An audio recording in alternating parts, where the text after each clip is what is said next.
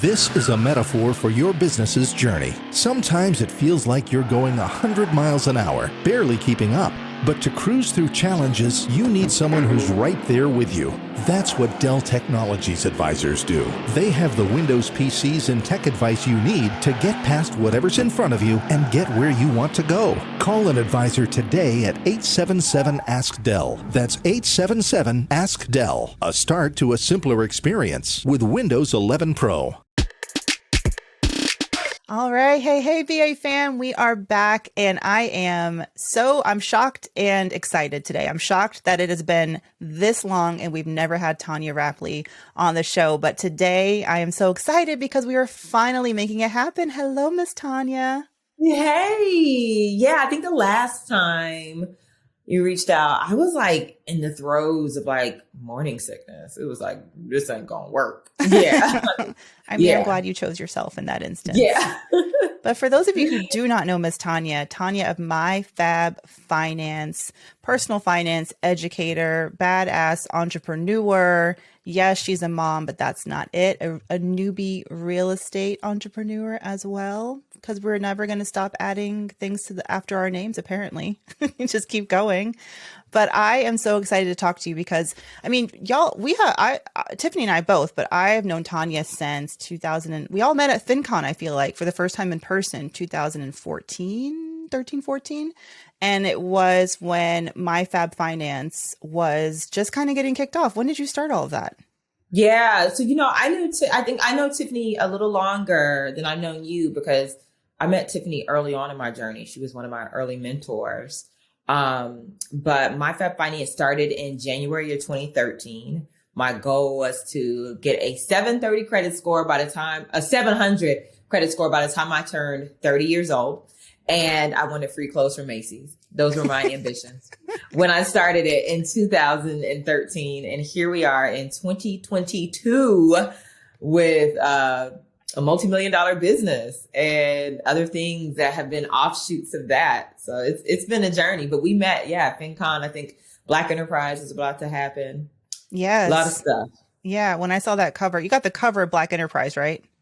Yeah. I mean, that was no joke and just slaying ever since. But listen, I mean, one of the things that we talk about on Brown Ambition is it really is about the journey. Everyone who's tuning into the show today is just kind of hearing, I don't know, it's definitely, I don't want to call it the epilogue, but we are like I mean, you're always a work in progress, right? But we're pretty far in the Tonya journey, right? I mean, and this is you're seeing all the fruits of all those seeds that you have been planting for the past 8 years now. So let's back up a little bit. How do you get to be a multi-million dollar? And by the way, congratulations, because I know you're multi-millions over times, but this was your first $1 million year in 2021 in a single year. That is extraordinary. From something that you built, that you created. You know what I mean? It still feels, I felt it, right? Like I was doing that work. Like yes. I felt it, but it still feels surreal. And I think that when Black Enterprise happened, so Black Enterprise happened in 2014. I left my job in 2015 to do this full time. And there's been so many, I'm really thankful. There's been so many remarkable things that have happened along the way. And I remember everybody's like, this is your time. This is your time. This is your time. This is your time. And I just feel like our time is, as long as we want to hold it, as long as we're willing to work for it, as long as it's, it's supposed to be. So I still feel like I don't know, Mandi, like, I feel like I haven't even hit my prime yet. All right. So $1 million year, let's get into it. What does that look like for you? Was that something that, at this point in your business, and I'm understanding too, a lot of the, the checks that you're cashing, in advance that they're coming, like you sign a deal. And of course it takes a while for those checks to hit your bank account. As we know, direct deposit likes to take its time. But let's talk about that. Did you have an idea it was going to be $1 million year, or was this a goal of yours? Like, when did you realize this is going to be it? Like, we're going to hit it. I set the intention. I set the intention in February of last year at my friend Maya Elias's Impact Weekend conference. And she had this thing where it's like road to $1 million. And I was like, Tonya, why you keep telling yourself that you can't make $1 million in a year? Why have you like counted this out of your story? You can do this. And so that weekend I committed to like, okay, this is going to be my first $1 million year. And I think it really hit me that it was going to be my first $1 million year around June when I signed my biggest brand partnership to date. It was almost $500,000. And I was this is gonna be the year. And then August, I was sitting there and I was like, I think at like $700 and something thousand. And I was like, oh, this is gonna be the $1 million year. Like if I made $700,000 by in 8 months, I can make $300,000 more by the end of this year. So we passed that. We hit 1.2, which is, I think it's a culmination of everything. It's a culmination of me having the right team in place. It was a culmination of me having the right relationships in place. It was a culmination of me having the work ethic in place. And all those things combined, I think led to, and the willingness and the belief that it was possible. I think it was all those things that led to making it possible and that will lead to future $1 million years. So I'm really slow to ease into my years. I kind of feel like I have like a new year hangover. And like, just like last year, I didn't set my goals until February. This year, like, okay, I'm like, all right, this year we want to do 1.5 to 2 million. So the work starts now. Tell me more about that weekend, or what was it? You said the Road to a Million, Maya Elliott. Impact Weekend. Yes, Impact so Maya Weekend has a program. Maya, who actually is a good friend of all of us. So those who, I don't know, people probably are OGs, but early on in my financial journey, and I think Tiffany was about 5-6 years into her journey, we had this collective called the Frugal Fab Five. It was Tiffany, myself, Marsha Barnes at the Finance Bar, Kara Stevens, a Frugal Feminista. At the time, I had a business partner, Tiffany Victoria, for My Fab Finance. And we were the Frugal Fab Five. And we actually like traveled around and did events. We did something at CIAA. This is legendary. I forgot about this. This is legendary. This is like old finance history, finance OG history. Yeah. And so we did these events together, and Maya actually designed our flyers for our programs that we were doing together, as well as she was our photographer at our event in Charlotte, North Carolina. And so Maya's been a friend of ours for so long, and she's pivoted into helping women create brands and live with impact and purpose. And so that's ballooned into or blossomed into Impact Weekend and her program, Build Your Impact, which she's grown to be a multi-million-dollar program. And I was in support of her program. That's another thing in these relationships. I was in support of her. I was there. I went to support her, and I walked away with like, okay, all right, like inspiration, and it impacted me. Hey, BA fam, the Brown Ambition podcast is proud to be sponsored by BetterHelp Online Therapy. BetterHelp wants to tackle some of the stigmas around mental health that still persist today. We've been taught that taking care of our mental health shouldn't be a part of everyday life, but that's honestly a misconception. Therapy is a tool you can use before things get bad and help you avoid those lows. Y'all know that I consider therapy a form of my mental emergency fund. Without therapy, I would not feel prepared to weather some of the challenges I know are just waiting for me down the road, and that's why I love knowing I've got that standing appointment every Thursday at 1. BetterHelp is customized online therapy that offers video, phone, and even live chat sessions with your therapist. It's much more affordable than in-person therapy, and you can get matched with a therapist in under 48 hours. Give it a try and see why over 2 million people have used BetterHelp Online Therapy. And our lucky BA fam, our Brown Ambition listeners, get 10% off your first month at betterhelp.com/brownambition. That's BetterHelp.com/brownambition. Was it in your treehouse when you decided, I think it's time, I think I'm ready to be a real estate entrepreneur? No, the real estate piece is something I've always wanted to do. Like always been having conversations with people, enrolled in my friend Julian's multifamily mastermind, like always wanted to do. But I think that was one of the things I counted myself out of, especially when we bought our house here, because we bought a single family home. I was like, well, there goes my FHA, 3.5% down. Now I got to save 20% down on an investment property. Let's just go ahead and do that and pay taxes and all this other stuff and pay a team and pay a nanny and all these other things. And, I counted myself out. And then my current mentor, we were having lunch and we were talking about my $1 million year. She was like, girl, you're going to need some more write-offs. And I was like, I know. She was like, you need a property. And I was just like, I don't know if I can do it. She was like, there's ways. And lo and behold, there are ways. They're ethical. We did a hard money loan on our property. So we're doing the BRRRR strategy, which is buy, renovate, rent, refinance, and then repeat. Oh, So you buy the okay. house, it needs some work, you renovate the house, you rent it out. Once you renovated it, you go refinance to get the hard money loan off of the property and put a standard conventional mortgage on the property. And then you repeat the process. And so that is the strategy I'm using. Hard money loan. What is Oh, that? yeah. Are we getting into this? We're going to get into it because I love these details. Also, I'm quite sure I have an idea of what it is. And I think we used to write about this all the time at Lending Tree, but go ahead. Hard money loan. Yeah. Educate so a us. hard money loan it can come from a private lender, which is an individual who just has a lot of money, or it can come from institutions that are set up to support real estate investors because they're quite popular in the real estate community.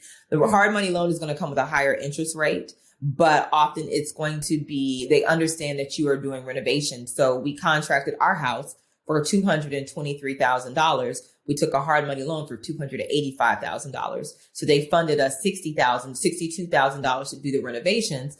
Our loan is for $285,000.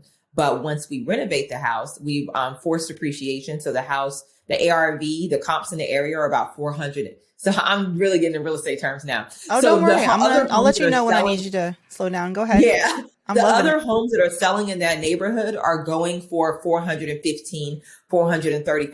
Mm-hmm. We paid $285,000. That included our renovation costs. So now we can refinance our home technically for like $300,000 to pay off that hard money loan that we took from the lender. And then now we have, even though we have a mortgage for $300,000, our home is worth $415,000. Our hard money lender is they don't look at your credit history. They don't look at your, like your debt to income ratio or anything like that. They look at the strength of the asset of the property. So because the property, we bought it at such a low price, and once we finish renovating it, they know that we can get a mortgage for that property because we're actually going to be under mortgaging that property. And so they lent to us. Now, you definitely want to make sure if you're exploring hard money, that you do your research, get reviews. Our hard money lender, we were connected to them by my real estate mentor who's done several deals with them before. So she knew that they were ethical. There weren't any like crazy points. It wasn't some like back bar, agreement where we don't pay, they're going to break our legs or anything like that. They were really an ethical company. They've been a pleasure to work with. And, I could do a whole podcast on the process that we've been going through with it. And, you fund the renovation costs and they reimburse you. So are we paid up front for our contractor to get started? Once we reached a certain point, we contacted the lender, said, hey, we're at this point. They came out and looked. You're like, okay, you did this work. They wired us money immediately that day to pay to repay us for what we paid the contractor. So it's been a great process. A lot of people use it in real estate. And I think that what keeps a lot of people out of real estate is the assumption that you have to have your 20% down. Or how am I going to renovate this property and everything? And that's why it's important to reach out to mentors, join communities, because there are ways, and a lot of people are using these ways to get into real estate and to grow their real estate portfolio. It's not people's money. They're using other people's money, and it's essentially other people's money strategy. Yeah. And it's great to hear you talk about that too, because we purchased a home in 2018. At the time, my husband and I, it was very easy. We're both W-2 workers at the time. And I remember one of my biggest, it's all fine, but I look back at it and I'm like, dang, I really put a lot of I put a lot of pressure on myself to have that 20% because I just wanted to show the bank or whatever, we got it. We saved up, we are very reliable. And I was proud to put that 20% down. But in hindsight, I'm like, dang, why did I put all my cash on the line? And then we did a renovation after. And I'm like, dang, we really could have used that money for the HVAC or whatever. And I'm like, there are other options. And I knew that intellectually, but I just, how money is emotional. I was emotionally invested in the idea that I was going to do the right thing. But there are all these tools there for a reason, right? Low down payment options. You mentioned you did an FHA, 3.5% Yeah, we did an down. FHA, so we did 3.5% down on our single family home. Yep. And actually, what I'm going to do is we're refinancing my name off of the single family home property, and I'm going to use my FHA to go get a multifamily property. And so I'll be getting probably a triplex or a quadplex and using 3.5% down instead of 20% down to secure that multifamily property. Now, the other point is now I'm self-employed, and we would love to buy another property, probably in Atlanta. And I don't want. Come down. I Come know. down. Well, that's my place. That's my town. I'm coming down. And please believe me, with it, when Stacey wins, I might need to be there. I might need to be there once the governorship. But anyway, I would love to buy a property down there, but I don't want to give up our home here in New York. I don't know. I just love it. It's our starter home. I want to rent it out.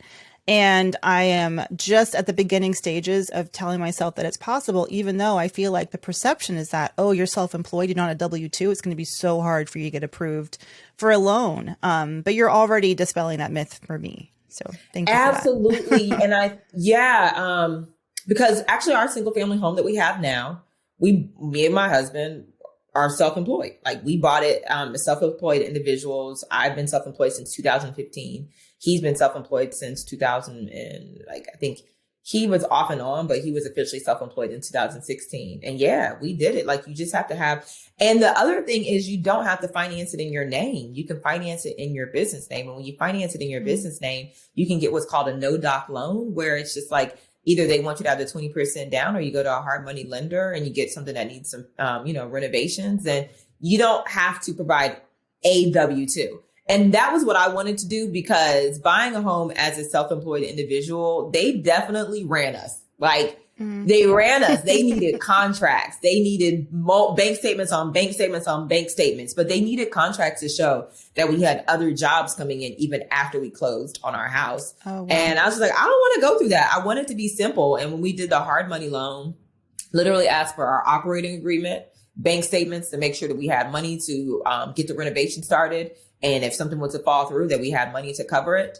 Our EIN information, and they needed the property, like details about the property and comps in the area. That was it. We had a 2-week, we closed in 2 weeks. You're kidding me.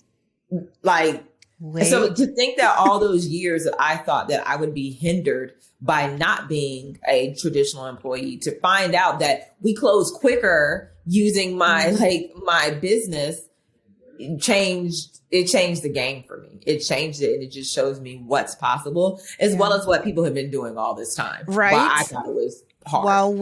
But isn't that this is exactly why, and it just shows that we're always learning. We're always students. Mm-hmm. We all started off as personal financial educators, but the levels of knowledge just keep getting raised and raised. And you're right. I mean, it's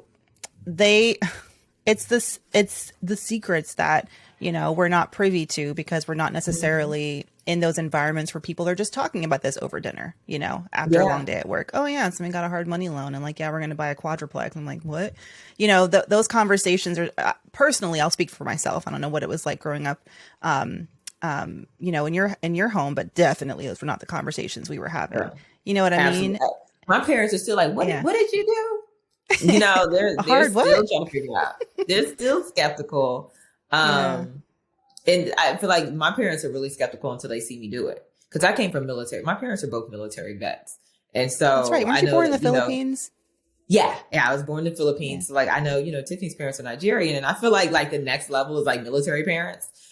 From immigrant parents, because military parents, they've had a regimen their entire life. They're very structured. They're very much bought into the American dream and how things should be done in America.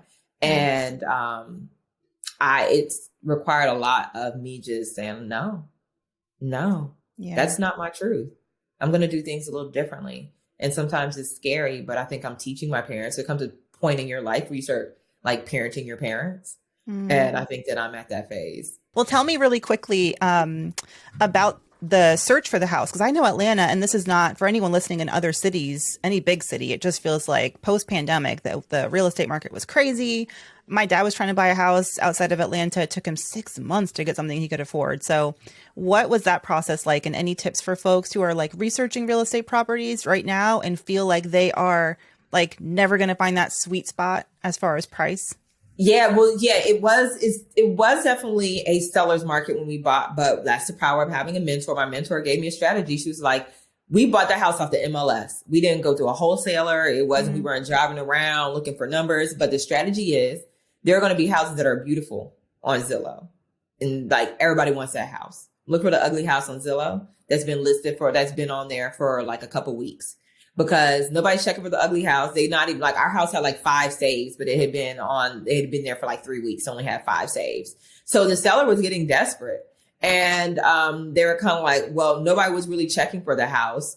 And we got a diamond in the rough. And then once we went into our strategy was really look for the ugly house on Zillow and look for the house that has potential for us to be able to expand and force appreciation. Because that's something to think about. When we think about forced appreciation means you are able to do renovations that take the home value up so that it gives you almost instant equity. And so by us turning the bottom level and renovating the house and then turning the bottom level into an Airbnb or short-term rental, now we've added additional value to that home. So we forced appreciation. So when you find these ugly homes, that's why you used to see those "we buy ugly houses" signs. Yeah. Because the ugly house is undervalued. And once you make that house more beautiful, you like increase the value of that house. So that was our strategy. Look for the ugly house on Zillow, and the house has been listed for 3 weeks or more. Aw, we found an ugly house too. It was the only one we could afford. It made it very easy. Easy. I mean, and now like that's the thing when Kamari is looking, Kamari is my husband's name. So when Kamari is looking at Zillow or looking at stuff or we get listings or whatever, I'm like, how long has it been on the market? It's the first question I ask. If it's been on the market for the first week, I'm not going to call them. I want to smell a little stale. You know, I'm going to smell a little stale. I want something to be funk. They're desperate. They're like, yes. This house has been listed for 3 weeks and we are just looking for a buyer. Anyone, please. Like, that's who I want. Yeah. I don't want the girl that everybody's asking out. That makes you sound scammy, but you're not scammy. Not scammy. And we our house, like, we bought it from an older woman who her husband had passed away. She had inherited the house from her aunt and she just couldn't take care of it anymore. And we bought it from her, and like she walked away with a check from it. And we walked away with our first property that I'm in love. That like how you have an affinity for your first home, like I have an affinity for my first investment property. Like that's truly my first baby, because I feel like I created something beautiful out of something that was a little, she wasn't that cute. You got the bug. I can already feel it. Now you see like the real estate makeover bug. I'm blown away every time I walk in. Like even today I was there, I was like, oh my gosh, this had ugly wood paneling all around. And now it's light and bright and vibrant. It has modern trim and a charcoal fireplace. Like it's the bomb. I can't wait to see the Airbnb photos too. I know you're going to get a good photog. So how quickly are you looking to flip it? Like what comes next? we are going to flip. We're doing buy and hold. So I am doing buy and hold strategy. Okay. So there are 2 strategies. There's flipping, where you get in, force appreciation, resell, and somebody buys it. And then there's buying and holding. And that's my strategy, because I want to build a real estate portfolio, because I really want that passive income to cover my bills. That's what you said. One of the things that my friend Kendra from Key Research. Huh?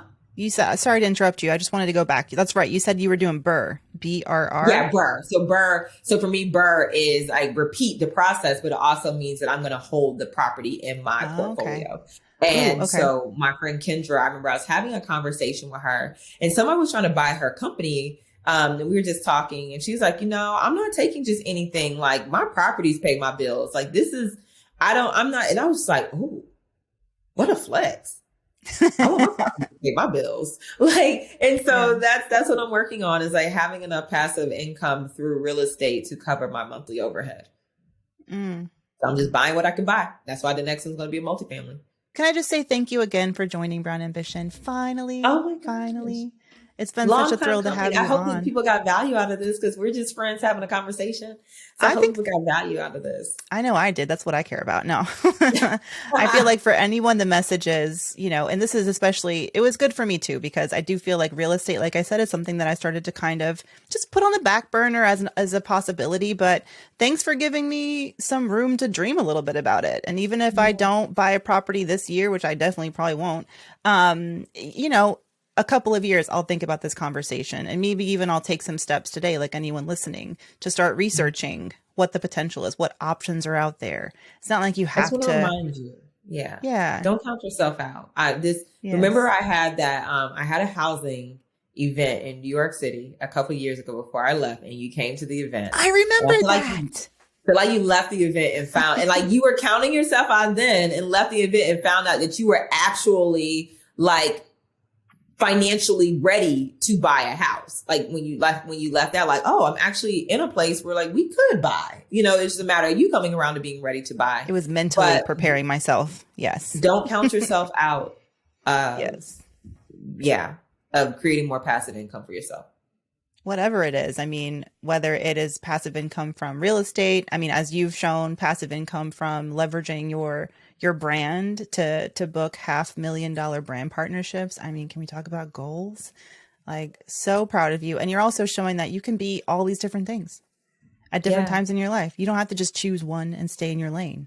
You can be so many things. Yeah.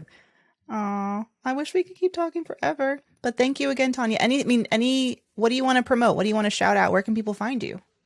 Oh, so people can find me, outside of, I don't do real estate. I'm a financial educator. Yeah. And one of the things that's important for me is helping people understand like where they are in their financial journey, understanding their money persona and how they've related to money up until this point, because hesitancy plays a role in our financial journey. Risk tendency or risk tolerance plays a role in our financial journey. And so we developed this quiz called Your Money Persona. It's yourmoneypersona.com, and you can go to find out where you are in your financial journey. So I highly recommend people just kind of take their temperature and see where they are and see where the areas for improvement are. We give you tips to improve where you are and set goals to help you get to the next level based on what your survey response is. So yourmoneypersona.com. It'll also have ways for you to connect with me at MyFabFinance. And when you go to MyFabFinance, my personal Instagram is actually in the handle. And so if you want to find, like, I don't talk about real estate much on MyFabFinance, even though I'm about to do a reel on it. But if you're interested in the person behind the brand MyFabFinance, you can find me at Tonya.Rapley. I'm always interested in what Tonya's up to, what she's wearing, how cute her son is. What's your son's name again? Karis. Okay. Well, that's just like your husband's name. Kamari. Oh, girl. Sorry. Kamari. It's okay. His name is Kamari, and yeah, my son's name is Karis. And so that's my joy. No matter what I accomplish, like, he is my greatest accomplishment up until this point. He's such an amazing little human. Everything I do with this business is just like the time freedom to spend time and to bring joy to that time I get to spend with him. I'm like, this is everything. So thanks for being an example of that. All right, everybody check out yourmoneypersona.com. I love me a quiz, so I might go right there and take my quiz right now. Yourmoneypersona.com. Follow Tonya on Instagram at MyFabFinance and find her anywhere at Tonya Rapley. Also on social media. Thanks, pal. Thanks for coming on the show. Filling Tiffany's seat while she's out. So take care. And for the rest of y'all BA fam, you know where to find us. brownambitionpodcast.com. Hit us up on IG, Brown Ambition Podcast. And we'll see y'all next week.